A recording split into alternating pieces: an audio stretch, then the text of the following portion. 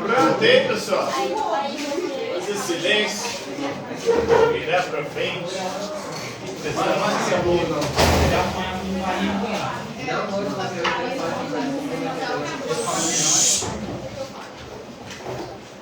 Então, na aula de hoje, vamos falar sobre Max Scheler, filósofo cristão, que viu na transição do século XIX para o século XX e vai ser um dos grandes pensadores aí da corrente filosófica conhecida como fenomenologia. Já falei sobre a fenomenologia aqui? É estudo dos fenômenos. Fenomenologia é estudo, fenômeno é aquilo que aparece. Aparece para quê? A consciência. Para a nossa consciência, né?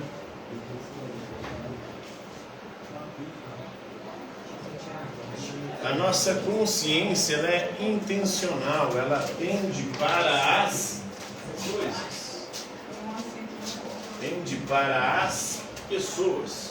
Toda consciência é consciência de alguma coisa. A própria palavra consciência é ciência de si mesmo. Então a nossa consciência, ela tende primeiro para si mesmo, depois para os outros. Ela sempre tende para algo. E o Max Scheler vai dizer que a consciência é especialmente amor. Por isso que ela tende para as coisas, por amor. Nossa consciência, por amor, ela quer conhecer a si mesmo, conhecer o mundo à sua volta. Então essa intencionalidade da nossa consciência é amor, segundo Max Scheler. Então o amor é uma ponte do conhecimento mais pobre para o conhecimento mais rico.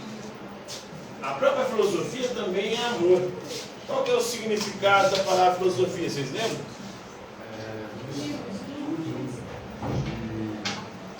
Conhecimento. Filosofia é sabedoria. Filo em grego é amor. Então, filosofia é amor pela sabedoria, pelo saber. E filantropia? Filantropia, tropos.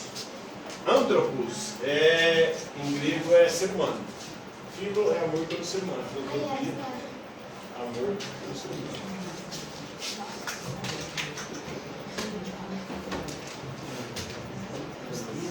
Antropos em grego é ser humano. Por isso, antropocentrismo, o homem no centro. Filo, amor. Filantropia é amor pelo ser humano. Então, para Max Scheler, é a filosofia que nos leva a buscar conhecer cada vez mais. A sair da nossa condição de pobreza intelectual, pobreza de conhecimento, para conhecer cada vez mais. E todos nós amamos conhecer e saber alguma coisa. Muitos de vocês podem não amar e não gostar da escola e do que aqui se aprende, ou do que aqui se ensina. Mas alguma coisa você gosta. Alguma coisa você pesquisa. Oi? Gosta de recreio? Gosta de conhecer pessoas. Não, eu gosto de Conhecimento é sempre um movimento de amor. Você gosta de dinheiro, então. Você gosta de toalhas. E o dinheiro te permite conhecer as coisas ou não. Dinheiro, tem gente que gosta de ganhar dinheiro, por exemplo, para viajar. Gosta de ganhar dinheiro para ter coisas que não tem, então conhecer coisas novas. Então Max Scheler está no campo da ética. A ética vai refletir e pensar sobre o comportamento humano, sobre o que é certo ou não fazer, sobre o que é o bem e o mal. O Max Scheler vai buscar inspiração no Platão, no mundo antigo. Então, 380 a.C., Platão escreveu a obra O Banquete, ou o Simpósio. Na Grécia Antiga era costume a elite fazer banquetes, simpósios. E esse simpósio era regado a vinho Há discussões filosóficas e no final terminava em orgia. Todo dia.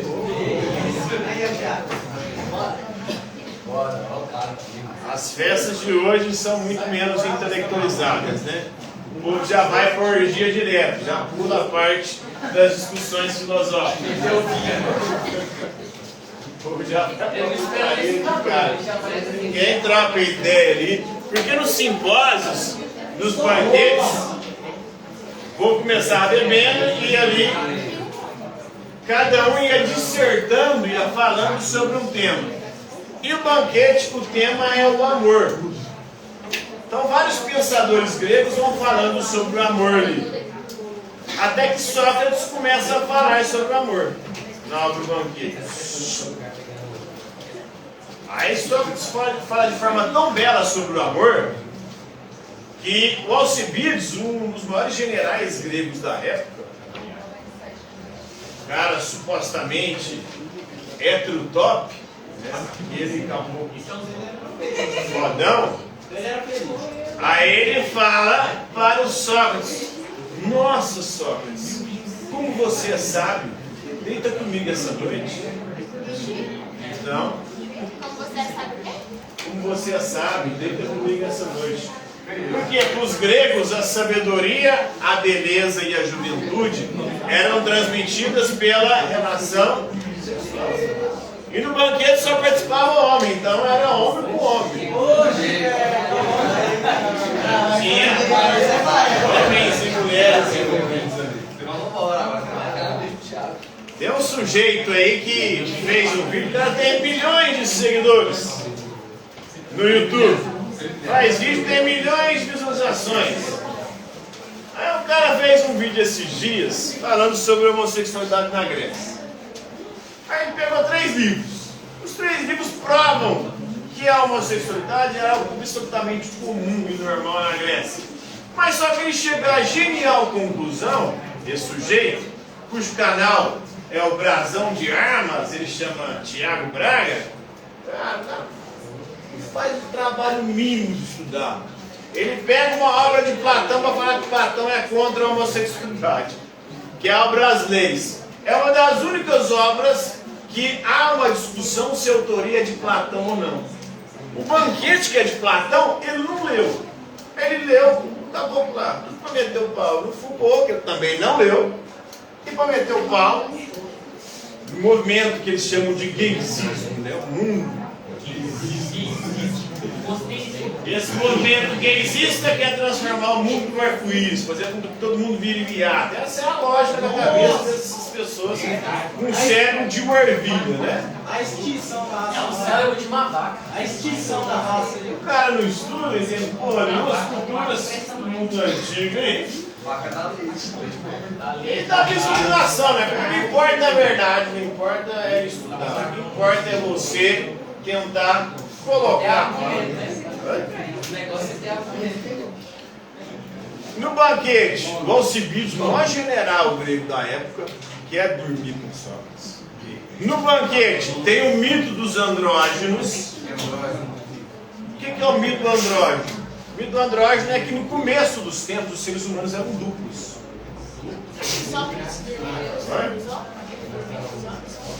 Não tem nenhuma passagem que fala que ele dormia, mas provavelmente tinha relações com homens, porque era comum na Grécia Antiga, nesses simpósios, nesses banquetes.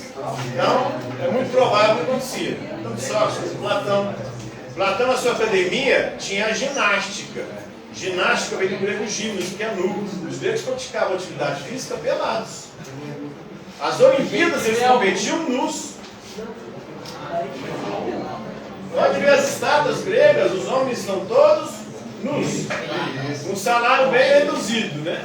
Mas todos nus, né? Pra você, pessoal, deveria montar esse Olha, ginásio é a educação ali, a transição do fundamental para o ensino médio. Então era nu. Eles gostavam. Gostavam da nudez, principalmente masculina. Homens nus. Pode ver como é que é a estátua grega de homem pelado, né? Os homens não são bombados, né? Mas são com os corpos muito bem definidos. Porque não tinha atividade física no caralho. Um dos ideais gregos era corpo são e mente sã. Mas no mito do andrógeno, no início os seres humanos eram duplos. Como assim? Duplos, não eunucos. Eunuco é quem se castra, né? O duplo, nas origens, éramos dois. Homem e mulher, ou homem e mulher e mulher. Existiam 3 raças ou 3 tipos de seres humanos. Então, num determinado momento da história, os seres humanos fizeram uma merda lá, Zeus ficou puto com eles, foi e dividiu, separou eles. E agora, na nossa existência aqui, o que a gente está fazendo? Procurando a nossa outra metade. A outra metade sua pode ser de outro sexo, ou pode ser do mesmo sexo. Depende de como você estava lá nos primórdios. Então isso está no banquete também. O brasão de armas não leu isso, né? Ele pega os trem das orelhas, ele joga no chat GPT quais são as obras que falam mal da homossexualidade da Grécia. Não fala que os gregos eram homossexuais. Aí daí o chat GPT jogou lá. Aí ele faz um vídeo baseado nessas obras. Mas ele não leu todas as outras obras. Mas eles eram, né? Hã? Não tem como você negar isso. Aí ele fala que não. O povão na Grécia Antiga não era. Isso é coisa só de elite. É igual aqui no mundo de hoje. Quem que fica nessa viadagem para ele na cabeça dele, né? Quem fica nessa viadagem é só artista, só elite cultural. O povão é conservador. O povão não gosta dessas coisas. E aí, tanto hoje quanto naquela época pior ainda, porque naquela época o povão não sabia escrever. Hoje também quase não sabe escrever também, né? 30% do Brasil é analfabeto. Nossa. Quando é analfabeto de não conhecer, não saber ler e escrever, é analfabeto funcional. Lê, mas não consegue entender o que leu. Não. O brasileiro tem um grau altíssimo de analfabetismo funcional. Que é a pessoa que sabe ler e escrever, sabe ler e escrever para recitar, para interpretar, zero. O povão, você fala a sociedade em geral, você falou do povão, O nordestino, sabe? O povão, de forma geral. O povão é muito mais tolerante com isso, né? Uma coisa ou outra, né? Uma situação ou outra, que há uma diferenciação aí. Mas na Grécia Antiga, como o povo não escreve, você não tem registro. Aí fala, só tem registro de homossexualidade da elite. A pederastia também, que era muito comum, que era o quê? O homem mais velho, geralmente, ele gostava de pegar rapazes jovens. Porque os gregos, como eu disse, era pedofilia, exatamente. Isso daí é isso aí é que esses caras de identidade são loucos. Não seria um estudo mental. Era a cultura da época, né? Eles acreditavam que a beleza, a sabedoria, ou seja, o conhecimento e a juventude eram transmitidos na relação. Pronto? Mas voltando aqui. Depois, para Platão então, o que é o amor? O amor é falta, o amor é desejo. É a falta da sua outra metade ou uma busca por se completar. Ai, isso é verdade. Você quer se preencher com alguma coisa, né? Eu quero. O amor é isso, é você preencher o vazio que há dentro de você. Luiz, eu vou te preencher, Luiz. Para Platão. No século XVII, Blaise Pascal escreveu sobre a lógica do coração humano. E ele vai falar, Pascal, o coração tem razões que a própria razão desconhece. Ou seja, a lógica dos nossos sentimentos é diferente da lógica da razão. A razão ela é mais programática, enquanto a lógica dos sentimentos ela não segue essa mesma dinâmica. Tanto que, por que a gente se apaixona por quem a gente se apaixona? Tem alguma lógica? Você consegue escolher quem você vai se apaixonar e não? Sério? Então não é amor, é razão, é pura escolha lógica, né? Quando você age não com os sentimentos, mas com a razão, você vai escolher a partir de alguns elementos. Você não foi pelos impulsos. O amor é pulsão, o amor é sentimento, é desejo. Só quer parar de ter relacionamento. Nascer amoroso no pior século. Por isso que as pessoas falam, né? Você segue o seu coração ou a sua razão? Tu tem que seguir a razão, né? Porque se for pela emoção. O coração você sempre se lasca, você sofre, porque é a paixão. Paixão é uma doença que provoca dor e sofrimento, segundo os gregos. Mas essa é a lógica, né? O coração humano, ele funciona numa outra perspectiva, completamente diferente. E é a lógica também da fé. A fé vai também na mesma perspectiva, segundo o Blaise Pascal. A fé é acreditar naquilo que você não tem certeza. A fé é uma aposta. Eu prefiro apostar que existe um Deus do que... E até ele vai falar justamente isso. Ele vai falar, existem 4 possibilidades. Se você apostar que Deus não existe e ele existir, você se fudeu. Então essa é a primeira possibilidade. Então, na primeira você vai se lascar se apostar que Deus não existe. Se você apostar que Deus não existe e ele não existir, você não vai ter vantagem nenhuma. Porque vai morrer, vai acabar. Não vai ter nem como você falar, não, sabia que você não existia, cara. Não vai ter nem como você A terceira aposta que você pode fazer: Deus existe e Deus não existe. Não vai ter nem como você se arrepender também, porque você vai morrer, você vai falar, que merda, perder nessa desgraça, ele nem existe. Agora, se você apostar que ele existe e ele existir, você está feito. Então, das 4 apostas, só uma você pode ter algum tipo de vantagem. Então eu vou fazer essa aposta. As outras, ou você se fode completamente, ou não vai dar nada, né? Você não vai nem perder nem ganhar. Como diz a Dilma, né? Você não vai ganhar nem perder. Beba água. Ele existe. Aí você vai pro inferno, né? Porque você vai pro inferno.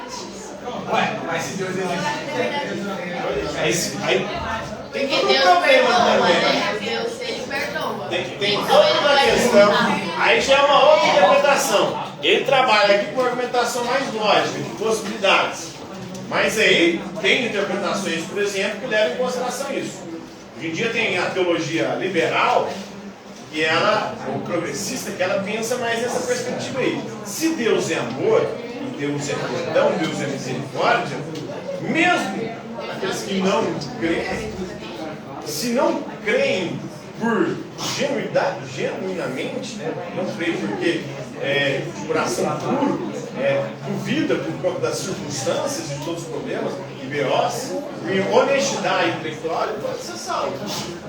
Agora, se ele não crê porque ele quer ser um adversário, fazer tudo o contrário de Deus, porque ele odeia essa imagem de Deus, ele acha, aí já não é só amor. Deus não é só amor. Então, Jesus fala que Deus é amor. E amor é misericórdia, amor é perdão, amor é amor a tal ponto de dar a vida do próprio Filho para salvar a humanidade. Não foi para salvar um grupinho. Aí tem as interpretações. Essa é questão interpretativa. Aí alguns vão pegar esse Deus justiceiro, esse Deus que muitas vezes faz o mal, não é o Deus do Novo Testamento, é do Antigo Testamento. Então há uma divergência significativa. Assim, aquela coisa lá, pessoal, que o maior pregador mais sobre o inferno foi Jesus. Jesus fala que as prostitutas vos precederão no reino dos céus. Lá em Mateus 25, todas as ações que você vai fazer para ir para o céu, nenhuma envolve a fé em Deus. Ele toda hora fala, você fez isso a um desses pequeninos, então foi a mim que tu fizeste. Você deu de comer a quem tem fome, você deu, então... Lá em Mateus 25, é só o que você fez. No momento algum ele fala, você foi para o céu porque você acreditou em mim. Não, se você fez o bem. Então a fé não é algo tão essencial, pelo menos em Mateus 25. Ter fé. Quem vai focar em fé é quem nem conheceu Jesus pessoalmente, que é Paulo. Paulo não conviveu com Jesus pessoalmente. E o sermão é de Jesus. Olha. Não, pessoalmente não. E aí? Falar conhecer, tipo assim, de intimidade, por exemplo. Não, também não. Essa intimidade é relativa porque ele subverte completamente. todos os estudiosos são unânimes em falar que existe uma teologia paulina e uma teologia evangélica dos evangelhos. São teologias completamente distintas. Paulo vai focar muito mais na fé, e aí depois outros apóstolos vão focar nas obras. Tiago fala: a fé sem obras é morta. Paulo foca muito na fé, e a fé vai ser a base do movimento protestante. Martinho Lutero vai focar na fé. Então percebe as divergências? Quando você estuda, você vê o trem é muito mais complexo. Quando eu falo assim, intimidade não é relação física da pessoa. Eu sei, mas eu estou falando que essa intimidade, que você está falando que é intimidade, é uma conversa com uma abstração. E pode ser uma idealização do próprio indivíduo. Pode ser uma projeção de Paulo. Não uma intimidade que o próprio Deus falou com ele pessoalmente. Ele criou, pode ter criado isso na cabeça dele, a partir do que ele experimentou de fé, entendeu? Agora, quem viveu pessoalmente com Jesus, sabe o que Jesus pregou. Agora, vamos pensar no cristianismo hoje. Tem mais de 100 mil denominações cristãs diferentes. Todos os fundadores dessas denominações disseram que tinham intimidade com Deus. Inclusive, foi Deus que revelou aquela interpretação para ele fundar aquela igreja. E aí? Como é que é essa intimidade? Você percebe que é complexo? Aquela coisa que se hoje em dia a gente vai ser muito ato de igreja, da denominação, vai levar a você a ser igreja que leva a gente. E a palavra vai ser. É isso que eu acredito. Sim. Sim. Mas ele está falando. Por exemplo, chegar um pastor lá na frente da minha igreja para pregar a verdade, eu mais que seja o pastor. Então, isso que eu te falo, é um treino muito complexo. E tem nuances, vai ver que cada evangelho foca em um aspecto diferente. Não, eu concordo aqui, tipo assim, comparar pra ver, a denominação que ele vai priorizar é o dinheiro. Outras vão priorizar é o bem-estar da família. Para de falar da universal, tá? Eu não falei da universal, você Essa teologia hoje já está surgindo uma nova teologia, chamada teologia do domínio.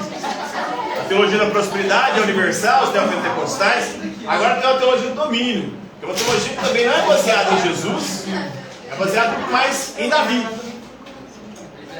E aí, essa teologia alimenta movimentos como o bolsonarismo, como o trumpismo, e todos esses movimentos da nova direita no mundo. Todos eles quiseram mudar a capital de Tel Aviv, né, que é a capital não, a sede da diplomacia dos países de Tel Aviv para Jerusalém. Um movimento religioso que defende Israel a qualquer custo. Mesmo Israel matando criança, bebê, não ataca os palestinos lá, na faixa de Gaza. Então a teologia do domínio por quê? Porque entende Deus como um Deus que vai conceder o Messias libertador político. E Jesus fala a todo momento que ele não é um libertador político. O meu reino não é desse mundo, Jesus fala a todo momento das pregações dele. Mas essa galera está totalmente envolvida na política e quer ganhar a política. Está preocupado muito mais com a política do que com a salvação da própria alma. Entendeu? É por isso que eu penso assim, se a gente analisar cada um que se passa, vai ser o mesmo. Mais gente nova que o e é por isso que Jesus, quando a gente Mateus capítulo 24, ele vai dizer: muitos virão em meu nome, falsos profetas virão e falam que eu sou o Cristo. E é isso que nós narramos. Então é isso que está acontecendo. Muita gente está Falsos profetas, e está enganando muita gente. É por isso que eu prefiro acreditar. E usando Jesus, cara, vamos perguntar ele, o que eu devo fazer com o imposto? Qual que é a imagem que tem nessa moeda? Moeda de sertão, moeda de sertão. Políticos, políticos. O meu objetivo é fazer política. Eu não vi o povo judeu na época esperar o Messias libertador político, que ia libertar eles da dominação de Roma. E Jesus fala: não, meu reino não é assim. Eu não vim para fazer política, minha obra é ter outra. É converter o coração das pessoas para o amor de Deus.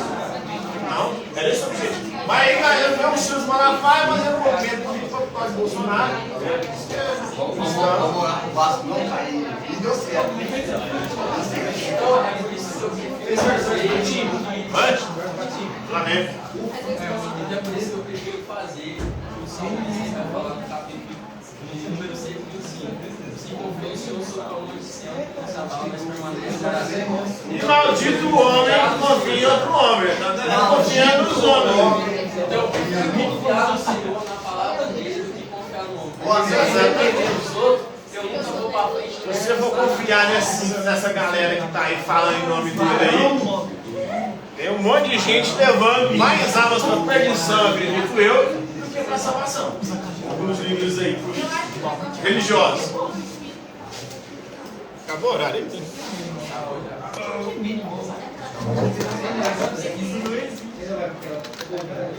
Vai